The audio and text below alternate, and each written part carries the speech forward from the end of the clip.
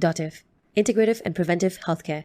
The content discussed in this episode is for informative purposes only and should not be replaced by individualized professional consultations or professional medical advice. Hey guys, I'm Tasha. Hey listeners, this is Guni, and we're here to discuss lifestyle medicine. Welcome everyone to Dotiv The Podcast. So today we'd like to speak about how having conflicting cultural identities can have an impact on our mental health.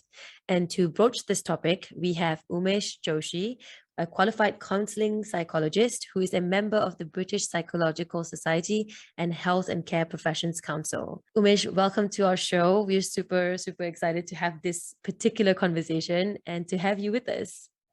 Thank you for having me. I'm really excited to be here. So welcome, Umesh.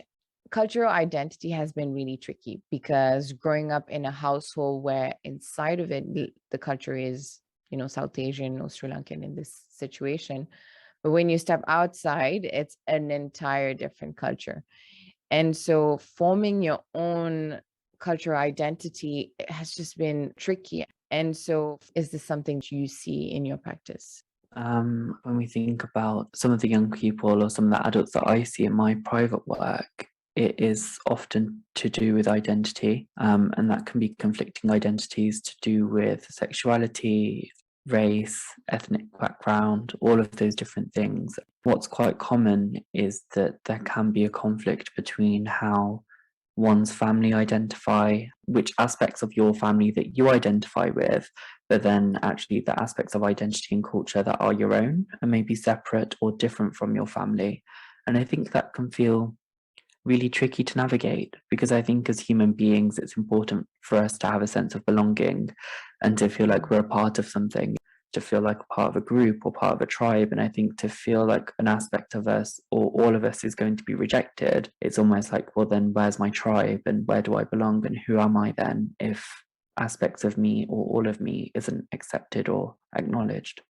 That's a critical point that you brought up, being part of a tribe. Mm-hmm. And so if you don't have a sense of identity to something, you'd feel misplaced, displaced. Mm-hmm. And because generally people are always born into a family, right? So then there's a high chance that if you don't connect to your family, then immediately that you'll start feeling those experiences as well. Yeah, completely. And I think when we think about what identity is, if I have like more of a textbook definition, that it's kind of self-defined characteristics that can be like personal, psychological, or relational, and not completely shared with another person, and includes a range of social roles. But then to me, that immediately leads on to me thinking about, well, actually that is then self-defined completely, right?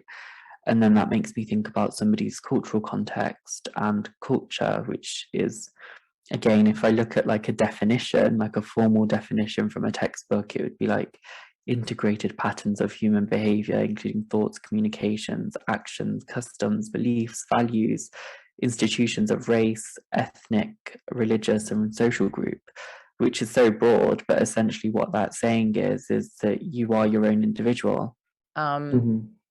Yeah, so this textbook definition sounds very overwhelming. Right.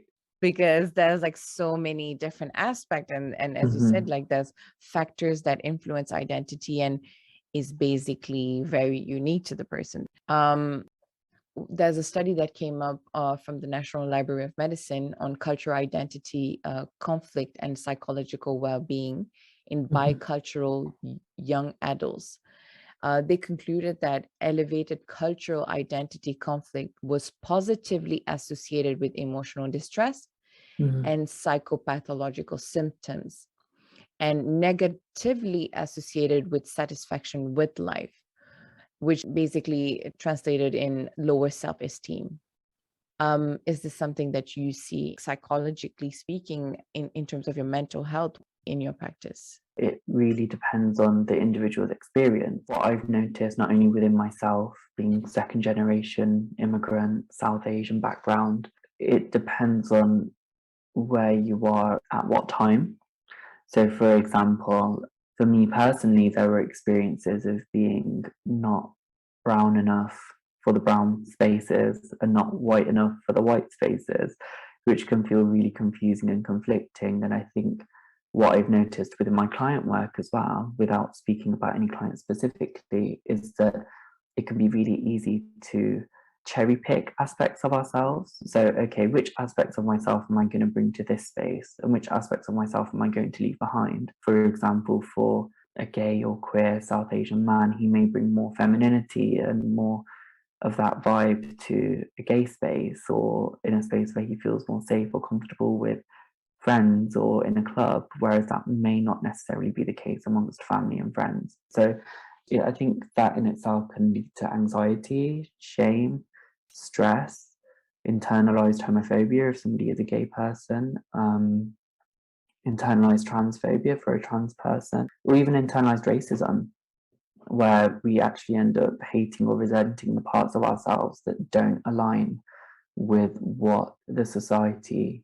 that we live in expects from us. I think that can then actually also lead to physical health symptoms, because that then leads to thinking about how we express stress and anxiety and shame in different spaces and different cultures.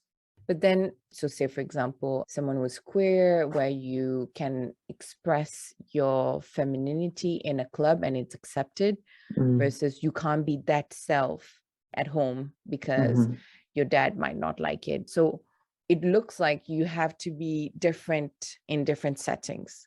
Right. And that sometimes I have to do this, because you have to like adjust yourself and become this chameleon without even noticing you've changed, right? You sound different, you carry yourself different.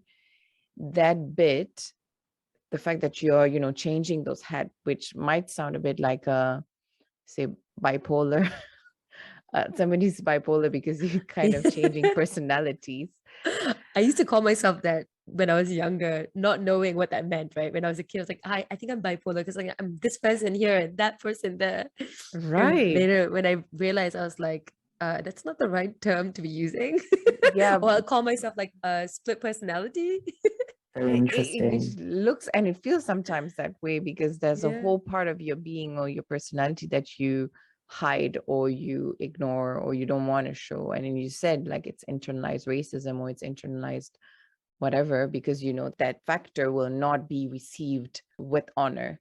And so that aspect of changing, what's the impact on your body and your mind? Yeah, there's a notion in psychology called splitting, where you can separate aspects of yourself, where you might kind of identify in one way or more closely with one group at one point in time and reject the other and switch the other way, which is also a possibility. And when we do that, what we do is we kind of split ourselves, and we can feel quite torn, and that can lead to frustration, anger, resentment, that can then lead to difficulties within our interpersonal relationships that we have with family and friends. And I think that can feel confusing for the people around us, because actually they don't necessarily understand what we're contending with or what we're battling with.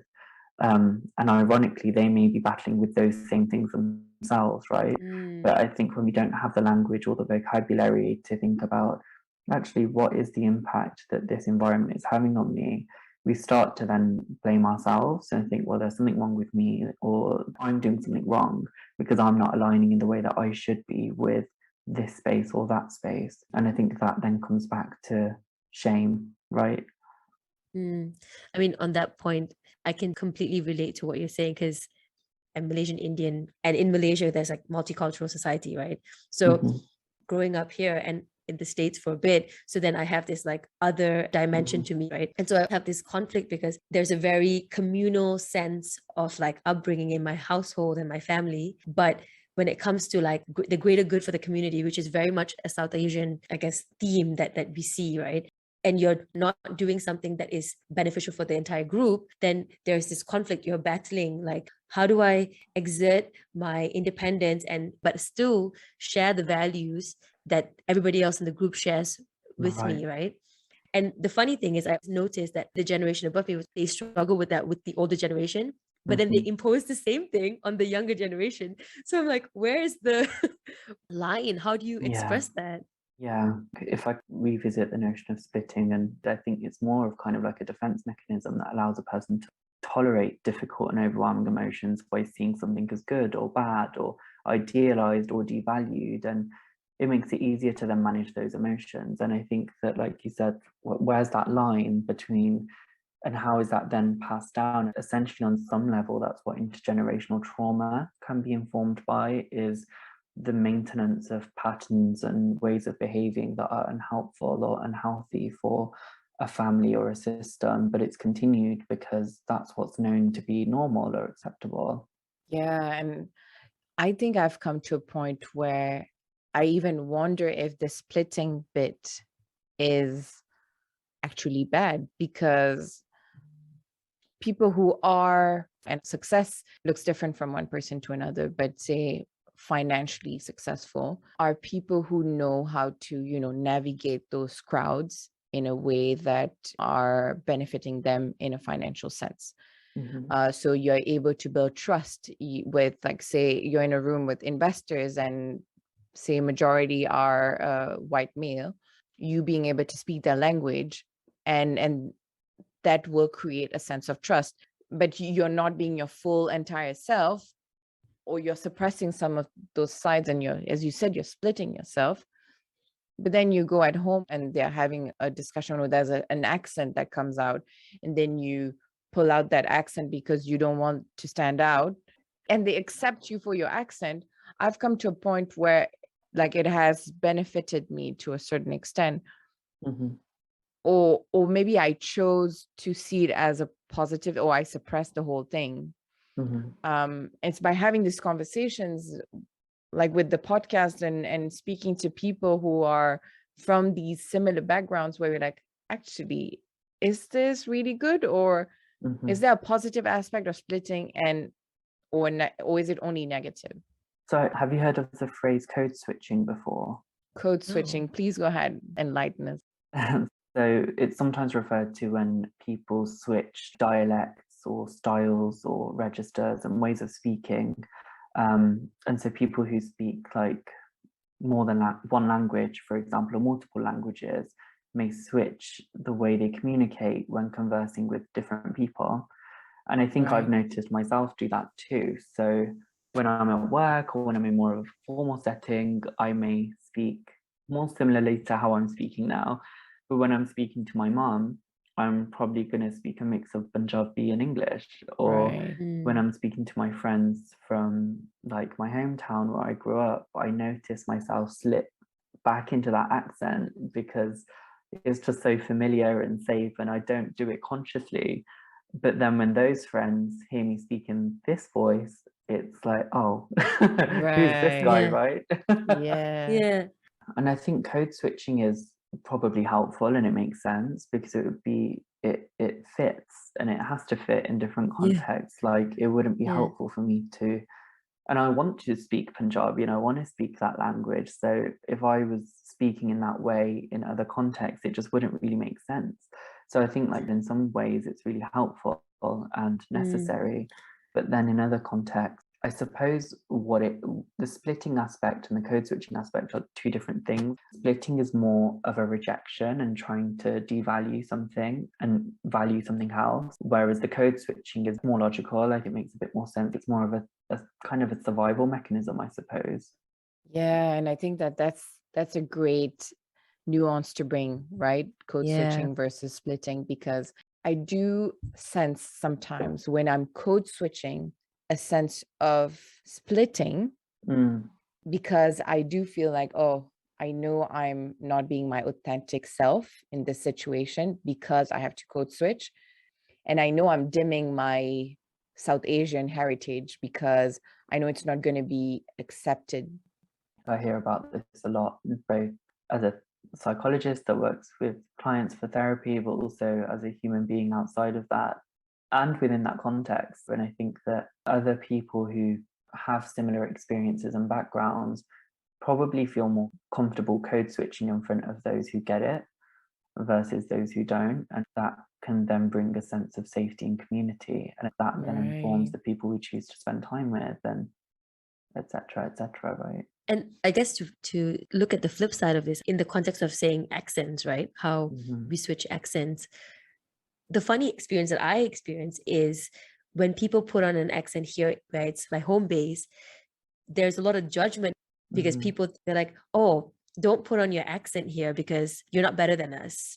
And so there's this like reverse that you experience. And as you said earlier on, like you're not quite brown enough for the brown community, but you're not quite white enough for the white community. And it's strange because in Malaysia, for example, you're not seeing white people everywhere, but it's like in the brown community, there are pockets of like, oh, you are a bit more like exposed and you're more like rural or like, village like, if that's the right term.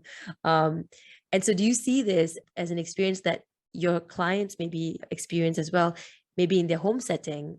Absolutely. I think it's such a big part of that experience for second generation immigrants, because some people who are second generation immigrants, their parents may not even speak the language or know the language. And then if you're being educated in England, for example, which I'm based, and academically you're doing really well, and then you go to, let's say somewhere like Oxford, the language and the way you present yourself and the way you speak is going to be completely different to the way that you do with that parent at home. And then if you do come home with that accent, how is that person going to then respond or perceive that? And what does that mean? Like, will they be prideful? Will they be proud because actually they're seeing that growth and that change? Or are they going to be ashamed or frustrated? Like, you just don't know. There's so much judgment, I feel, and it's tied with shame because they like make you feel ashamed for not embracing your culture. And at the same time, they don't quite want to let you embrace the other culture either. So it's like, where do you want me to be? There's also that sense of they want you to succeed, they want you to do well, they want you to assimilate and be successful. But then to assimilate and be successful means that you, on some level, have to break free from the barriers and the constraints of the culture that your parents may come from.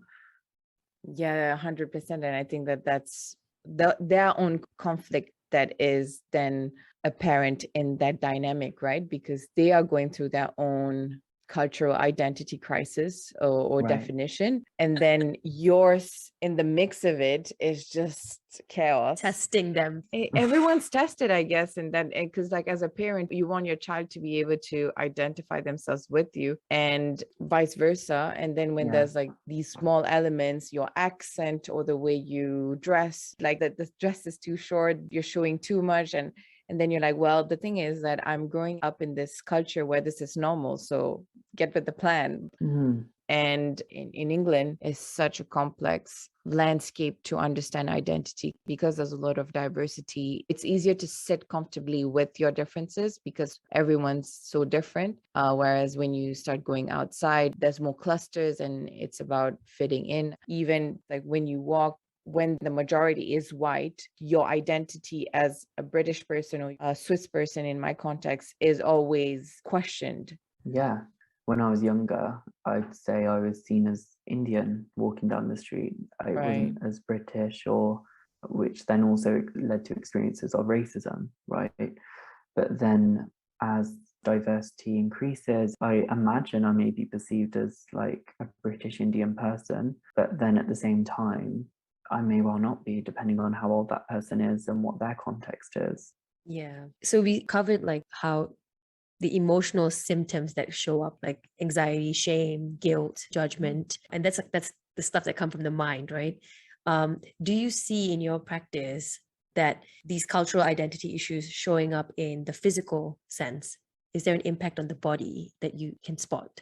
Mental health does have an impact on physical health. And I think the way that that's shown in, even within a family system, for example, can look different, and that again can cause conflict and confusion. So for example, in certain cultures, people may be more likely to express emotional distress through headaches or saying they have a headache, and physical symptoms such as, some people end up developing IBS because of how anxious they are and how much they struggle with their, with managing their emotions. Some people experience nausea or sickness, but then if we think about more extreme manifestations of difficulty, that might then be anorexia, or, which is more prevalent in Western cultures than in other cultures. But I think that physical symptoms of anxiety and stress are definitely present when I work with people. And because the experience of that can be so different for each individual, that's not necessarily understood within family systems, which can then lead to more conflict and confusion, because again, an older person or a parent might experience distress in a more physical way because that's how they've learned to manage, or that's just how their body manages their psychological distress, whereas a younger person might be crying out for support in a more obvious way to do with their psychological/mental health, but it's not received well because it's not through the same domain that system is used to responding to distress. Definitely. I completely relate to that in the observation in my own family as well. And I mean, I think all of us have grown up in a house where there was some sort of like background Indian drama series playing. And I can tell you one thing for sure, that there will be a scene at some point where there will be like a disagreement between family members, and then the mom would fall and, you know, be bedridden basically because she's so ill from the decisions of her children, you know, and it really encapsulates what it means to have physical symptoms that actually are on the mind, right? My blood pressure is rising. Like, stop doing this. And it's like I'm gonna have a heart attack because of you. And the thing is that sometimes it's true. So No, it's true. It's true. And that's quite a frustrating position to be in for the person on the receiving end, because it's like, oh, okay, well, I'm just telling you the truth and you're about to have a heart attack. And you're So gonna die what am I because of meant- me. And so you can't express yourself. I think that's what's so difficult as well, because I think the difference between Western cultures and like South Asian cultures is that Western cultures are a lot more individualistic in how they manage distress and how they look at differences. It's even within families in a Western context, it's like, well, that's your problem, not mine. Yeah. Whereas I think in Eastern cultures and South Asian cultures, it's a lot more like, if someone is distressed, that's held by the family system and the family network. What are we going to do about this? This is how we're going to handle it. And whether that's what you align with or not, you feel like you have to. And because your actions and your behavior have a direct impact on the mental health of everybody else involved. And I think that's a lot of pressure to hold. And there's pros and cons to both ways of existing within a system. But I think at the same time, it's important that we're able to acknowledge both and choose one that works for everybody. But those are really nuanced and difficult conversations to have that families often don't even think about or have time for, right? There's time and there's the knowledge, right. Because there's the ignorance around it is a thing. When you go and say, okay, let's go and have a chat about this with my dad, and you're like, what nonsense are you speaking about? Like, just have some water, sleep a bit more and you'll be fine. Right. And so it's just even having those conversations with people who don't even know that this is a thing is the added layer of complexity. And I really like the fact that you are putting out this like individual versus community-based societies. And so in a societal kind of where one person's problem is everyone's problem, that complexity and how it creeps into your mental health and how you navigate, you know, your life. It's like, oh, why are you worried? Why are you stressed? Oh, because my mom is, you know. Right. And people in individualistic culture would say, well, just like, it's not your problem. Like, get with it and focus on your work. This reminds me of a very important point in seeking mental health services from a psychologist or a counselor, that the person who's giving you the service, they need to understand the context that you're coming from. And I have had Caucasian or inexperienced counselors with cultural complexities. And they're just like, well, if you're angry, leave your household. If you're upset with your mom, stop talking to her. And I'm like, that's definitely not on the table. I'm not coming here to tell you that I don't want to speak to them. I want you to give me a solution to navigate this. And they're just like, well, it doesn't make sense that you don't want to leave a situation that's difficult for you. And I'm like, that doesn't make sense that you don't understand where I'm coming from, you know? Completely. And the fact that I was lucky to have like a family member who was like a psychologist who gave me this context beforehand. So I knew that I could fight for this, you know? But so many people go seek therapists where they have this sort of complexity in their home, and they get this sort of advice. And I worry for all the South Asian younger generation. I think it's not just South Asian, it's actually the BAM communities. Yeah, you're right. Sorry. They all can relate to this. And that aspect of having access to a psychologist that gets this in England is basically, if you get one who gets it, then you're really lucky. It's frustrating in the sense that if you want to find actually someone who gets it, then you have to go on the private side and have to pay for it, which is not really fair. Yeah, completely. And it just makes me feel really sad thinking about that, because that actually adds to the conflict that we're talking about of, you know, I'm in this white society with this white woman telling me that this is how I need to be responding to my family. And, you know, maybe that does work for some people. You know, I can't say it doesn't, because I don't, you know, Exactly. maybe it does. But at the same time, I think there's like the conflict that you spoke about is so prevalent for so many people, right? And it's like, Yeah. no, not talking to my mom isn't an option, but how do I navigate that situation or that relationship that still allows me to be authentic and truthful to who I am, Yeah. whilst having enough boundaries within that relationship to protect myself, right? Essentially, that's what I'm hearing from what you said. And I think that often psychologists and therapists speak from the place in which they are in their own life, in their own context. And I think that's important to mention, because we're human beings, right? And even though you may come to us for advice and support and perspective, we're trained in different modalities. We prefer working through different therapeutic modes. We have our own life and lived experiences. Our own life and lived experiences are diverse in their own ways. And I think that it depends very much on that individual person. There's a theory called the social graces. It's a systemic theory which looks at all the different aspects of identities, such as sexuality, gender, culture, age, socioeconomic status, all these different aspects of identity. And I think one of the advantages of thinking about that model is that actually it thinks about all these different layers and all these different parts of identity. But then again, one of the criticisms that I have for that model is that it doesn't think about intersectionality, and it doesn't acknowledge that actually I might be this, and this, and then how do I navigate things according to that context. Could you just like briefly explain what intersectionality is for people who don't know what that means? Yeah, so intersectionality is when you belong to more than one group that may be marginalized. So for example, so intersectionality would include like multiple minority distress, which means that you're not experiencing distress just from one context of your identity, it's multiple contexts. So not only the context of being a South Asian immigrant, but also the context of being a gay person. And actually, those are two different things that are bringing two different stresses that also then interact with one another.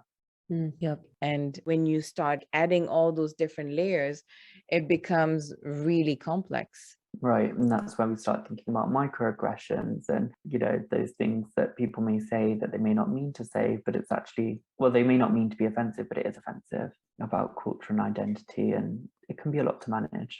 Yeah, it's heavy and like it's multi-layered, it's complex. And just to touch on your point, the lived experiences of the counselors and psychologists that you see also impact the quality of the service that you receive. And so 100%. if they're from a rural area and you've lived all over the world, I don't think that's going to be a good match, right? No. So now we've identified, we know it's a complex issue, but how do we find solutions to navigate this dilemma and this complexity? What would you say are 3 practical methods that one could like apply in their lives?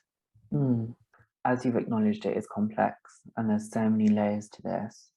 So I think the first thing, which isn't necessarily an easy thing to do, but is doable, is acknowledging what the conflict is and when you became aware of the conflict. And a practical way of doing that would be either talking to someone you trust, a therapist, or even talking out loud to yourself to help you structure your thoughts, or even journaling about it. I think that can be a really helpful way of making sense of conflict and not thinking too much about it. I think when it comes to journaling, people feel like they have to be like, "Dear diary, this is how my day started." Whereas how I choose to journal is just free flow of thought, like, this is exactly how I'm feeling in this moment. I'm just going to write whatever comes out. And then I choose not to read it back, because when I read it back, I feel like I go back to that place. And it's like, no, I've got it all out. I'm going to let it go. Right. I'm going to put it aside. So I'm going to alleviate myself from whatever that was for me. And then acknowledging when you became aware of it, thinking about how that then impacted your mood and your body. What did that conflict start to do to you? in different contexts and in your different relationships. And again, this can be hard to do because this may have been present from a really early age. But I think what we do when we do this for ourselves is we start to notice the nuances in our conversations, and when we do code switch, and how does it feel to code switch, and when we are splitting and rejecting aspects of ourselves, why are we doing that? What does this mean? How can I bring in the part of myself that I reject so it still has a space that isn't necessarily as prominent as it needs to be, but it still exists within me as I am? I know that's very abstract. No, I think it it's makes spot complete on. sense. Yeah. And what would be your third one? I know this is such a blasé thing to say, but just allow yourself to be yourself in a way that feels safe. So if you don't have a community around you that you feel like you want to connect with but can't connect with, in a safe way, have a look online, like look on YouTube, look on other social media websites to develop that sense of connectedness and community and knowledge and understanding. Develop the language that you want to develop. That can be hard to do when you don't know what words to type in, but I think if you think about your base experience, so for example, managing stress as an Indian person, or just managing stress, or how to accept aspects of your identity, you might come across things that are unhelpful and potentially dangerous. But I think make sure you're looking at credible sources, credible people, things with references from psychology or people who are versed in what they're saying. I think there's so much false information out there. It's really important that you look at concepts and information from trustworthy and reliable people. Yeah, I think that's a very important aspect, to make sure you get your information from the right sources, but also being able to label what's happening with you, or so that you don't feel alone in that experience, right? Because that can usually happen when you're like, maybe I'm crazy. You kind of dumb down your experience, and it's like, oh, it's just one of these days, and you brush it off. But actually it's a thing, and there's a word for it most likely, and so it's just easier to cope as well, right? Yeah, completely, because then you've got a rationale and a perspective that allows you to put things into context. But if you can, like I also said, like talk to someone, acknowledge it, find a way to acknowledge it, think about the shift that you've experienced in yourself since becoming aware, and find ways to connect with people who may understand your experience. Put yourself out there, go to festivals that you may not normally go to, just do things. Great. Yeah, that's a great idea. Well, thank you so much, Umesh. That's like practical tips that we can actually take away. And as we always conclude our conversations, we have a couple of rapid fire questions. Okay. And so the first one is, what is the first sign that you notice when you are out of balance? Not feeling content. That's deep. Yeah. Well, it's a deep question, so And so what is the method of coping for you when you're out of balance or feeling discontent? I'd say I kind of stop, pause, reflect, talk to people I trust, journal, meditate.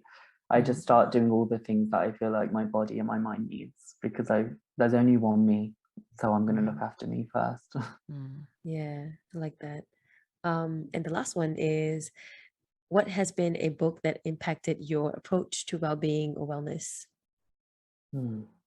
This is probably going to sound like a cop-out, but I'm going to say my journal, because that's really helped me a lot to put into perspective what my blind spots are and what the patterns of my behavior are, and how frequently, and I know I'm a psychologist, so I'm able to think about it from that point of view, but I think that also the more I journaled, the more I became aware of what feelings I was bringing to the paper. And so I think doing that first thing in the morning and just letting it all out and starting my day almost afresh allowed me to then put into context what I needed to do for myself that day or thereafter. That's very powerful. Yeah, I love it. And well, nobody unique. Would have access to it though, but they can create their own. Right, exactly. We can have our own book. Exactly. Yeah. I hope no one ever reads mine.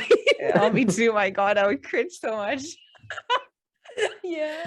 But it's valid points, and it's just, we shouldn't. It's our process. It's a process, exactly. right? We're not a finished product. So Yeah. Well, this has been great, Umesh. I think we could speak for days on end Right. about topics This like this topic, with you yeah. and with you, because Thank you so much for inviting me. It's been an absolute pleasure. I've loved every second of it. And yes, I would be more than honoured to be back on your show. Thank you, Umesh. if you enjoyed this episode, go ahead and select that follow or subscribe button. For now, stay safe and we'll see you next week.